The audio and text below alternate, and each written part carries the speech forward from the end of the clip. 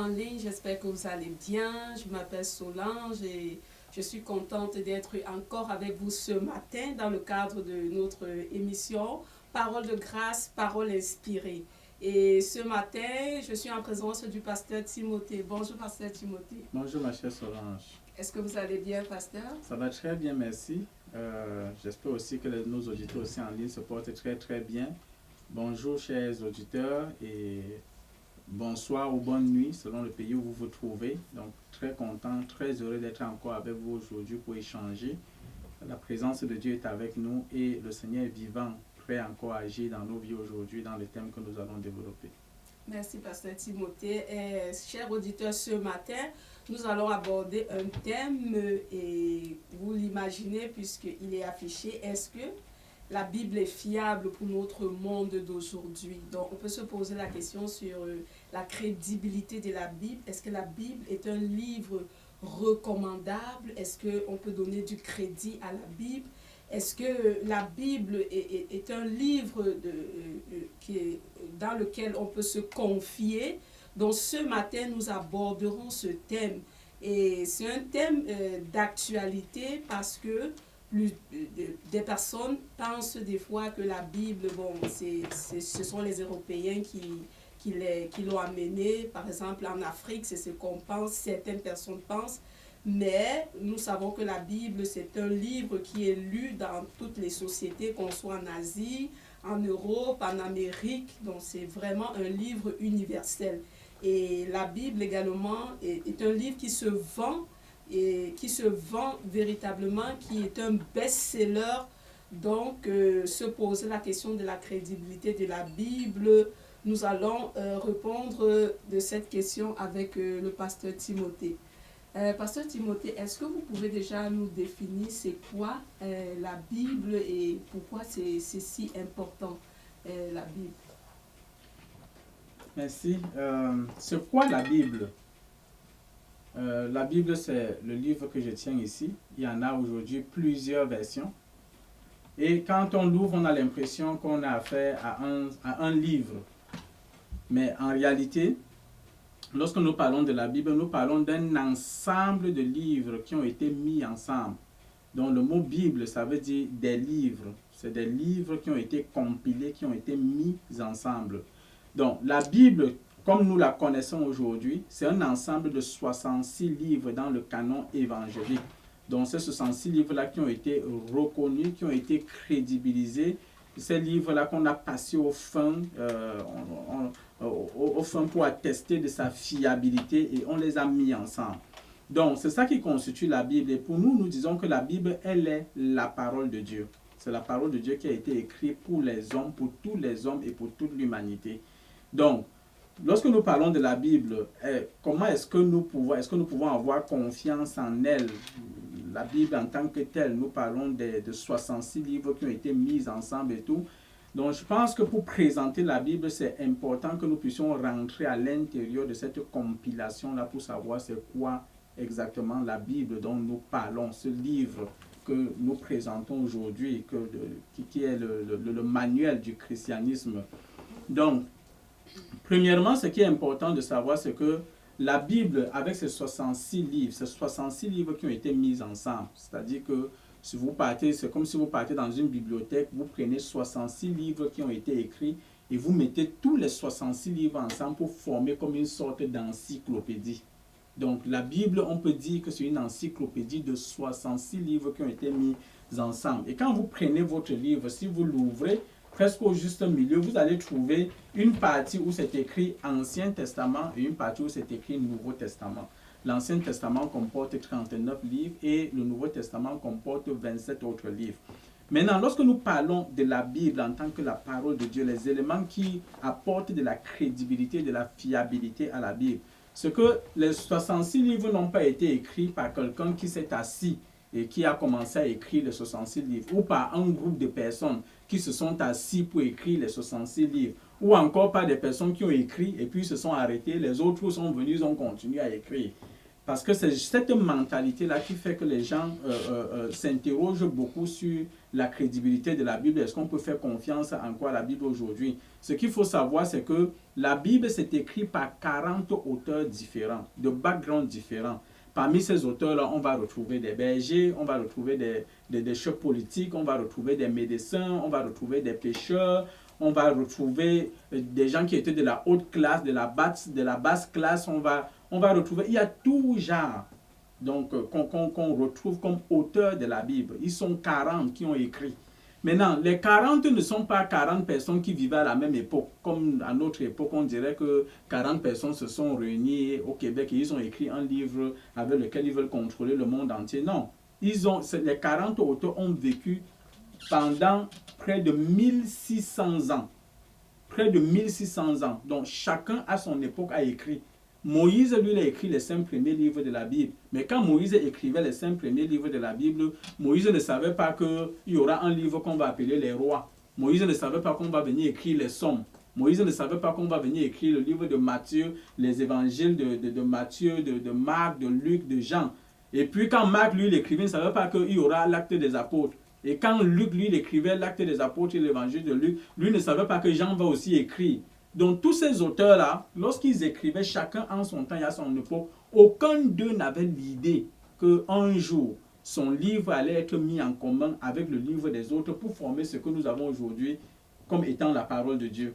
Et ça nous montre que la main de Dieu était en arrière des Écritures. C'est-à-dire qu'à chaque époque, Dieu inspirait chacun pour écrire, comme il a demandé à Moïse d'écrire. Quand nous lisons les premiers livres de la Bible, Dieu disait à Moïse, écris ces choses-là. Moïse a écrit. Les autres sont venus, ils ont écrit. Les prophètes ont écrit. Tous ont écrit. Et puis, à un certain moment donné, lorsque Jésus arrive, les 39 livres de l'Ancien Testament, ça formait des rouleaux. Ces rouleaux étaient déjà écrits et s'étaient disposés dans le temple comme étant les livres saints. On appelait ça des livres saints. C'est-à-dire que les Juifs, les rabbins juifs, qui marchaient dans la volonté de Dieu, qui servaient le Seigneur avec les sacrificateurs, ils avaient attesté que ces auteurs, ceux qui ont écrit ces livres-là, non seulement ils viennent de Dieu parce qu'ils menaient une vie qui était conforme à la volonté de Dieu, on avait parlé des prophètes ici, mais en même temps, ils avaient attesté que la parole qu'ils avaient dit, c'était la parole qui venait de Dieu. Parce que cette parole-là, non seulement, elle est l'histoire d'un peuple qui existe, l'histoire d'Israël aujourd'hui. Personne ne peut dire qu'il ne connaît pas Israël et que Israël n'a jamais existé. La Bible, surtout l'Ancien Testament, elle parle de la vie d'Israël, de l'histoire d'Israël. C'est l'histoire d'un peuple. On ne peut pas mentir sur l'histoire d'un peuple qui existe. Donc, si quelqu'un veut connaître la crédibilité de ce qui est écrit sur l'histoire d'Israël, mais Israël est là. Il suffit de voyager, il suffit d'aller sur Internet, d'aller interroger et de demander est-ce que Israël existe véritablement. Lorsqu'on parle du Jourdain, est-ce que le Jourdain existe? Lorsqu'on parle du mont des Oliviers, est-ce que le mont des Oliviers existe? Lorsqu'on parle... Donc, tous ces éléments qui sont culturels, ces éléments géographiques, ces éléments contextuels-là, ce sont des éléments qui existent, qui sont vrais, qui sont vérifiables jusqu'à aujourd'hui. Et ceux qui ont voulu attaquer la Bible, est-ce que la Bible c'est la parole de Dieu? Est-ce que ce qu'elle raconte est vrai?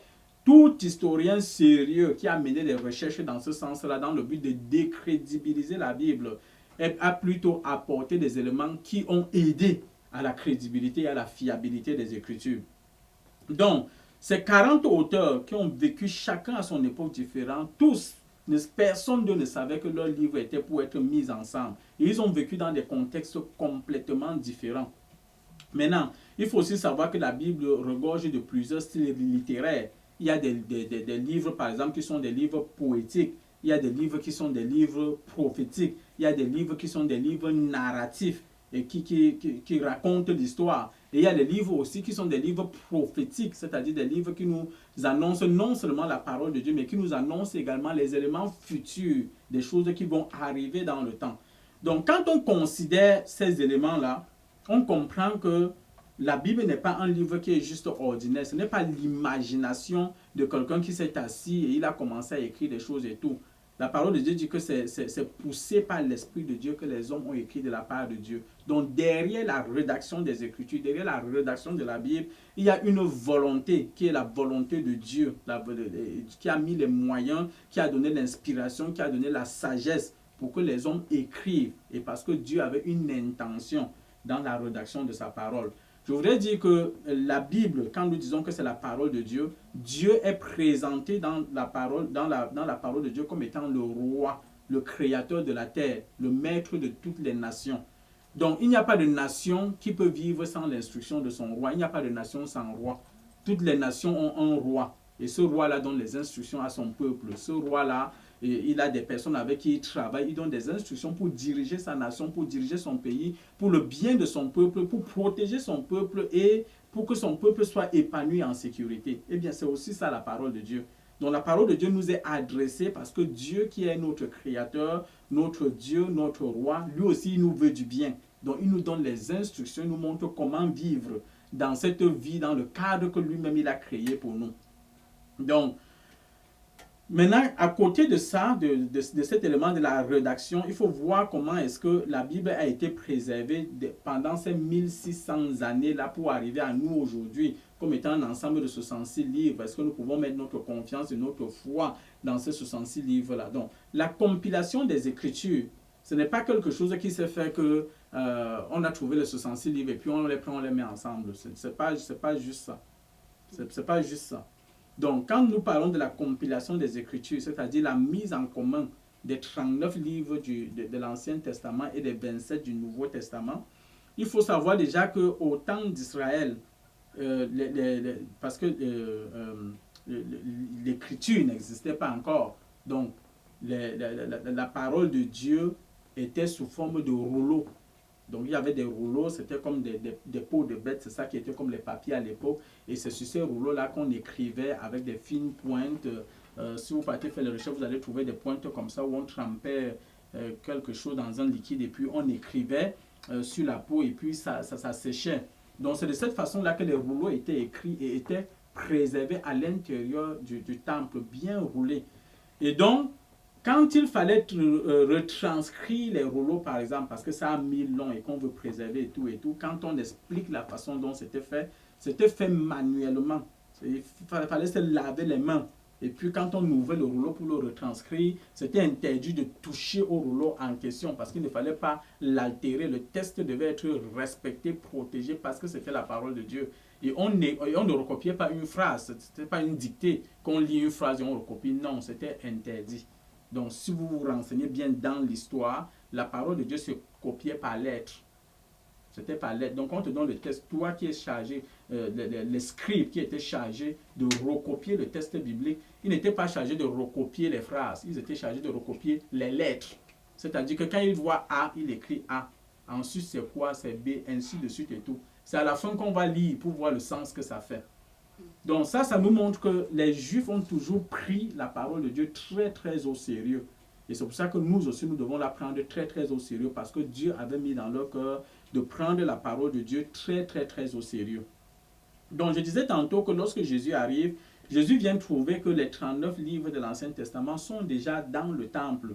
C'est pour ça que quand on lit la première prédication de Jésus, lorsqu'il est entré dans le temple, la Bible dit qu'il a pris le rouleau d'Ésaïe et il a lu l'endroit où il est écrit, l'Esprit du Seigneur est sur moi parce qu'il m'a oint pour aller annoncer une bonne nouvelle aux captifs, la délivrance, ainsi de suite et tout. C'est parce que le rouleau était déjà dans le temple. Donc tous ces rouleaux-là existaient déjà, c'était déjà bien compilé dans le temple et gardé comme livre unique. Donc il y avait 39 rouleaux qui étaient dans le temple. Et quand les Juifs se rassemblaient dans le temple, mais on pouvait prendre le rouleau d'Ésaïe et on pouvait lire qu'est-ce que Ésaïe a dit. On pouvait lire une portion. On pouvait prendre Jérémie, on lit quelles sont les prophéties sur la vie de Jérémie. Et ça aussi, c'est aussi l'une des raisons pour laquelle quand on vient annoncer au roi Hérode qu'il y a un roi qui est né, qu'est-ce que Hérode fait? Il appelle les scribes, il leur dit, mais allez sonder vos écritures là, regardez les prophéties et dites-moi qu'est-ce que les prophéties annonçaient.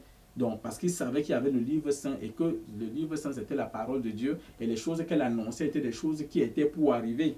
Et la Bible dit qu'ils sont justement allés, ils ont fait le sondage et tout. Et on lui a dit précisément dans quelle ville et dans quel village allait naître le Messie. Et c'est pour ça qu'il envoie les gens aller là-bas pour détruire, pour tuer les petits-enfants innocents. Parce qu'il espérait qu'en le faisant, il devait atteindre les enfants qui étaient là. Donc, les autres livres de l'Ancien Testament n'étaient pas encore mis ensemble. Tout comme les 27 qui étaient alignés. Donc, parce que le Nouveau Testament, lui, il raconte la vie de Jésus par les évangiles. Il raconte la vie des apôtres, c'est-à-dire la naissance de l'Église, dans les actes des apôtres, puis ça suit avec les épîtres, c'est-à-dire les écrits que les apôtres, comme l'apôtre Paul, l'apôtre Jean, Pierre, Jacques, qu'est-ce qu'ils nous ont laissé comme héritage, étant des personnes qui ont vécu avec Jésus, qu'est-ce qu'ils ont laissé à la communauté chrétienne, puisque les églises étaient implantées partout. Donc, leurs écrits, c'était des écrits qui circulaient dans les églises. Et comme je l'ai dit tantôt, quand Marc écrivait, il ne savait pas que Jean devait aussi écrire. Lorsque Matthieu écrivait, il n'attendait pas que Luc aussi écrive. C'est certain que les lettres ont circulé dans les églises et tout, chacun lisait. Et à un certain moment donné, chacun dans son contexte s'est dit, mais moi j'ai marché avec Jésus, j'ai vu Jésus, je peux aussi raconter son histoire. Et c'est pour ça que nous avons les 4 évangiles où les évangélistes qui ont marché avec Jésus racontent le ministère de Jésus, comment est-ce qu'il a travaillé. Et puis nous avons les actes des apôtres qui nous expliquent comment est-ce que après Jésus, la vie a été avec l'Église. Et nous avons les épîtres jusqu'au livre prophétique où quand tu ouvres le livre de l'Apocalypse, Jean explique bien, il dit que Dieu lui a demandé d'écrire les choses qu'il va voir pour des générations et pour le futur. Donc, il n'a pas écrit parce qu'il voulait, mais il a écrit parce que Dieu qui lui a montré ces choses-là, lui a demandé d'écrire ces choses-là. Donc, tous ces livres du Nouveau Testament-là ont été écrits et ça circulait comme ça. Puis, à un certain moment, les autorités de l'Église ont pensé qu'il était bien, tout comme les 39 autres livres, qu'on rassemble tous ces écrits-là des personnes authentiques qui ont marché avec Jésus, qui ont vécu avec Jésus, ou alors des disciples, des apôtres qui ont marché avec Jésus et qui avaient écrit. Ils ont pensé qu'il était important qu'ils s'asseyent, qu'ils regardent tous ces livres-là et qu'on sécurise ces livres-là. Et pourquoi est-ce qu'ils ont aussi pensé à ça? Dieu a mis cela dans leur cœur parce qu'il y avait aussi des gens qui commençaient à écrire, qui disaient qu'ils sont inspirés de Dieu. Tout comme jusqu'à aujourd'hui nous écrivons, les théologiens écrivent, les gens écrivent, chacun peut dire qu'il est inspiré et tout. Mais il fallait à un certain moment qu'on fasse la distinction entre la parole de Dieu et tout ce que les gens peuvent écrire comme interprétation, comme inspiration derrière la parole de Dieu. Donc, on a donc procédé à ce qu'on appelle le canon du Nouveau Testament. Ça s'est passé en 365 après Jésus-Christ. Donc, le canon, c'est le processus par lequel ces livres ont été reconnus, ont été authentifiés, ont été crédibilisés et ont été classés comme étant des livres saints pour rejoindre les autres 39 livres du Nouveau Testament. Il y avait des critères très importants qu'il faut savoir, qui ont permis de donner de la fiabilité à ces 27 livres-là du Nouveau Testament, entre autres. Il fallait que l'auteur du livre, il fallait déjà que les écrits, ce qui est écrit, que ça se conforme à la foi et que ça n'aille pas de façon, que ce ne soit pas contraire aux autres textes bibliques. Il fallait que l'auteur, celui qui a écrit, devait être une autorité apostolique, c'est-à-dire quelqu'un qui a marché avec Jésus, qui a vu Jésus, ou alors un des disciples des personnes qui ont marché avec Jésus et qui ont vu Jésus. Donc, un disciple de Pierre pouvait écrire parce que Pierre a marché avec Jésus et son disciple l'a vu. Un disciple de Jean pouvait écrire et on accepte que ces écrits soient authentiques et on l'accepte. Donc, il fallait une reconnaissance. On les appelle les pères de l'Église, c'est-à-dire ceux qui ont été dans les premiers siècles pendant que l'histoire de Jésus était encore courante et qu'ils ont vécu là. Donc, et comme je disais tantôt, il fallait que tout cela soit uniforme à la foi et à la saine doctrine. Ce qu'il faut savoir, c'est qu'à l'époque aussi, ce n'était pas comme aujourd'hui, nous avons tout ce qu'il nous faut pour faire la rédaction, pour écrire aussi simplement. Parfois, à l'époque aussi, quand un vieillard voulait écrire une lettre, même à ses parents, mais il appelait peut-être son enfant ou son disciple ou un jeune, et il le faisait asseoir, et il lui disait, bon, j'ai quelque chose à écrire. Donc, prends le bic, c'est moi qui écris, mais c'est toi qui rédiges. Donc, en réalité, tu n'es que... En fait, tu es comme ma machine. Donc, c'est comme ça que la plupart aussi ont été écrits. Donc, quand tu lis, c'est pas, quand le texte biblique, ce n'est pas forcément... Quand on dit que l'auteur, ce n'est pas forcément que cet auteur-là, c'est lui qui a pris le bic et qui a rédigé tout ce qu'on lit. Mais ce que l'histoire, ce qui est écrit, vient de lui. Donc, Moïse pouvait demander à Josué, assieds-toi Josué, on va écrire aujourd'hui ce que le Seigneur m'a dit. Écrit. Donc, c'est le livre de Moïse, mais c'est écrit par Josué. Donc, on peut trouver des choses comme ça dans le texte biblique de façon générale. Donc, le miracle donc, de cette parole-là, c'est de trouver donc 66 livres écrits par 40 auteurs qui ont vécu à des époques complètement différentes, dans les contextes différents, qui ont écrit sans savoir qu'un jour, leurs livres devaient être mis ensemble. Et qu'on prend les 66 livres, on les met ensemble, et on trouve toute une cohérence dans la parole de Dieu, toute une uniformité dans la parole de Dieu. Ça là, c'est un miracle. Ça ne peut se faire nulle part. Vous ne pouvez pas entrer dans une bibliothèque. Vous prenez 30 livres, vous mettez ensemble, vous partez lire, vous voyez que ça fait du sens du début jusqu'à la fin. Ça n'existe pas. Personne, ce n'est même pas, même si vous essayez. Donc, tous ceux qui ont essayé d'attaquer la Bible n'ont pas pu réussir avec ça. Aujourd'hui, quand on prend la parole de Dieu telle qu'elle a été mise, on voit la main de Dieu. Parce que de Genèse jusqu'à l'Apocalypse, il y a une suite logique. Donc, lisons par exemple dans 2 Pierre 1, 21. Nous allons voir ce que la parole de Dieu déclare. Dans 2 Pierre 1, 21, la Bible dit que ce n'est pas par une volonté d'homme qu'une prophétie a jamais été apportée, mais c'est poussé par le Saint-Esprit que des hommes ont parlé de la part de Dieu. Donc, ce qui est aussi merveilleux avec la parole de Dieu, c'est que la parole de Dieu rend témoignage à elle-même.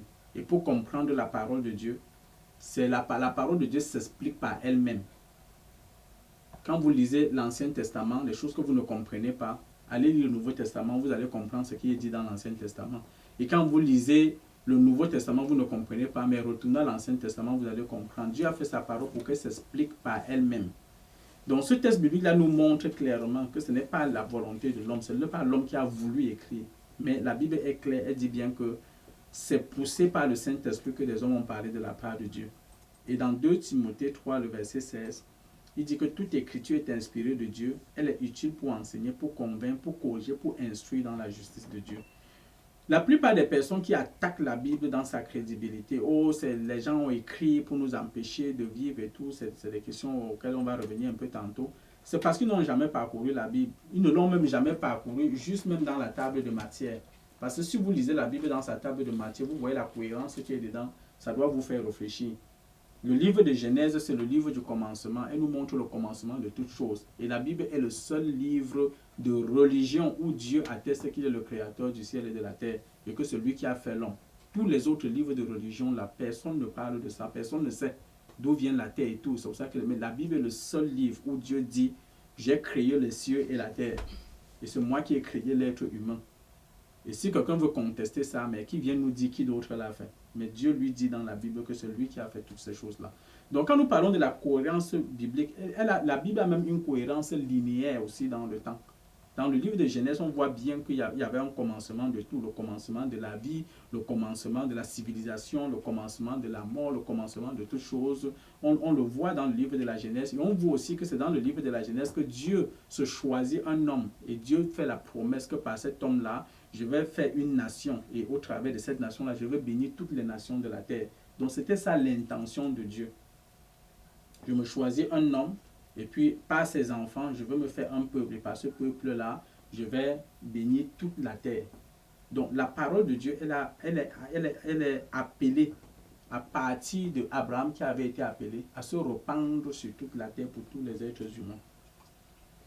Donc, je voudrais m'arrêter un peu sur ça, juste pour dire que dans la linéarité, on voit que les enfants d'Abraham vont grandir, ils vont être esclaves en Égypte, ils vont sortir, c'est le livre d'Exode. Quand ils sortent, on va voir le livre de Lévitique où Dieu leur donne les commandements, leur montre la façon dont ils doivent vivre. On voit l'alliance que Dieu fait avec eux au Sinaï. On voit le livre de Nombre où Dieu décompte ce peuple-là pour montrer combien ils sont devenus nombreux. On voit le livre de Deutéronome où Moïse les rappelle encore ce que Dieu a dit. Et après ça, on entre dans les livres historiques de la Bible où Moïse est mort. On voit Josué qui prend la relève. Ensuite, on va voir le livre des juges où après Josué, c'est les juges en Israël. Après ça, on va voir Samuel qui a été le dernier juge en Israël. Après ça, on va voir l'intronisation des rois. Comment est-ce que les rois ont commencé en Israël. On va voir les chroniques des rois qui racontent l'histoire des autres rois. Puis après ça, on va entrer dans les livres poétiques, c'est-à-dire dans les livres poétiques, on va retrouver les psaumes, les proverbes, le livre d'Ecclésiaste, les cantiques de Dégueu, le livre de Job, et puis les livres prophétiques, c'est-à-dire les prophètes qui ont été suscités en Israël pour ramener le cœur du peuple de Dieu, mais aussi pour annoncer les événements futurs jusqu'à la naissance de Jésus-Christ. Et on voit que c'est ça l'Ancien Testament. Et quand Jésus vient, on voit que les 4 évangiles racontent la vie et le ministère de Jésus. Après Jésus, on va voir les actes des apôtres, où quand Jésus est parti, qu'est-ce qui s'est passé dans l'Église et tout. On explique la naissance de l'Église. Ensuite, on va voir les épîtres, comme je vous expliquais tantôt. Qu'est-ce que les apôtres nous ont laissé comme écrit, les réponses aux questions qu'il y avait dans l'Église, ainsi de suite, jusqu'à l'Apocalypse. Donc, ce n'est pas juste un livre qui est juste... Il y a un sens linéaire de Genèse jusqu'à l'Apocalypse dans la parole de Dieu, ce qui rend la parole de Dieu une parole sûre, certaine, efficace, certaine, fiable, comme étant la parole de Dieu, comme étant la volonté de Dieu. Merci, Pasteur Timothée, pour ces éléments de réponse, pour cette définition et l'historique de la Bible, comment le processus par lequel la Bible a été rédigée et compilée. 66 livres, 39 Ancien Testament, 27 Nouveau Testament, et le canon, comment la Bible a été canonisée, les règles qui ont permis de mettre tout ensemble et de reconnaître cette crédibilité. Et puis aussi, il y a plusieurs scientifiques qui ont voulu contester la fiabilité de la Bible. Mais au final, ils se sont rendus compte que, bon, le Seigneur s'est même révélé à eux. Et je ne sais pas si c'est Stéphanie Rieder qui disait un peu de science nous éloigne de Dieu, mais beaucoup de science nous rapproche. Oui, ça c'est la pensée d'Albert Einstein qui est effectivement repris par Stéphanie Rieder dans l'un de ses livres, oui. Oui, tout à fait. Donc nous voyons encore que la Bible est un livre fiable, un livre crédible pour nous aujourd'hui. Et chers auditeurs en ligne, j'espère que vous vous délectez de notre thème de ce jour. Donc si vous avez des questions, n'hésitez pas à les poser dans le chat et le pasteur les répondrait au fur et à mesure qu'on évoluerait dans cette émission.